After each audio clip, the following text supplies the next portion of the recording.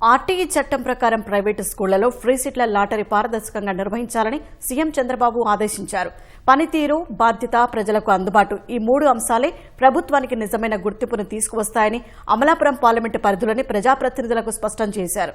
కులాలు, మతాలకు అతీతంగా అందరినీ కలుపుకుని ముందుకు సాగితేనే స్థిరమైన అభివృద్ధి సాధ్యమవుతుందని నేతలకు హితబోధ చేశారు.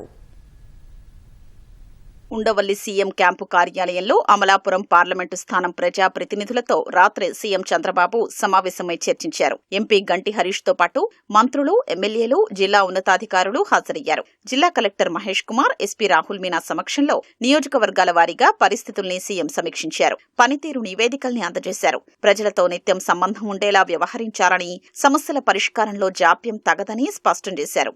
కూటమి పార్టీలు సమన్వయంతో ముందుకు సాగాలన్నారు. శాంతి భద్రతలు కాపాడటం రాజీ పడకూడదని, సేవలందించే విషయంలో ఫిర్యాదులకు తావు లేకుండా చూడాలని అధికారుల్ని ఆదేశించారు.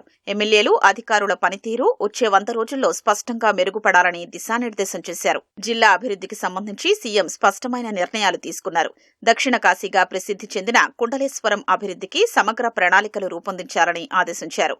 కోనసీమలో కొబ్బరి ఉత్పత్తులకు వాల్యూ ఎడిషన్ తీసుకురావడంపై దృష్టి పెట్టాలని సూచించారు. కోకోనట్ పార్కు ఏర్పాటు, కోకోనట్ రీసెర్చ్ సెంటర్ పూర్తి వినియోగంతో పాటు ఇంక్యుబేషన్ సెంటర్ల ఏర్పాటుపై చర్యలు తీసుకోవాలన్నారు. కూనవరం ఏటిమొగను జలధార కార్యక్రమంలో క్లియర్ చేయాలన్నారు.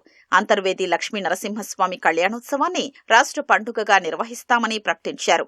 వృద్ధ గౌతమి, వైనతేయ నదులపై హైలెవెల్ వంతెనలు, అంబాజీపేట తహసీల్దార్ కార్యాలయం, ఫైర్ స్టేషన్ వంటి మౌలిక వసతులకు ఆమోదం తెలిపారు. కోటిపల్లి, ముక్తేశ్వరం రోడ్డు, బ్రిడ్జి నిర్మాణానికి డీపీఆర్ తయారీ, సవరం, వేళ్లలాకుల వరకు రహదారుల నిర్మాణం వంటి అంశాలకు సుముఖత వ్యక్తం చేశారు.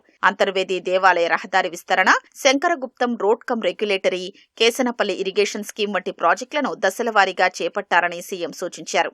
అమలాపురం, ద్రాక్షారామం, ముమ్మిడివరం, రామచంద్రాపురంలో పోలీస్ స్టేషన్ల నిర్మాణానికి దశలవారీగా నిధుల మంజూరుకు సీఎం అంగీకారం తెలిపారు.